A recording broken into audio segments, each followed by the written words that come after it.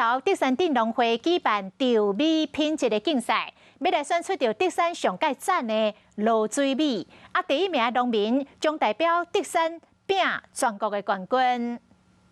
这是今年德山镇农会111年稻米品质比赛，得到乡镇比赛第一名的农民会当代表德山镇参加台湾稻米达人冠军比赛。品质的项目非常的多，包括了外观，还有包括了我们的官能品评。那因为气候的关系，今年和去年的气候其实就非常的不一样。外观品质上面，影响就会跟往年都不一样。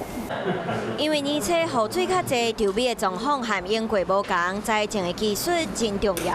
我可能较幸运啦，气候的关系，所以讲大家切啊无阮介水。德山镇农会唔但希望农民透过比赛互相观摩，嘛希望会当互更侪消费者介意德山优质的露水米。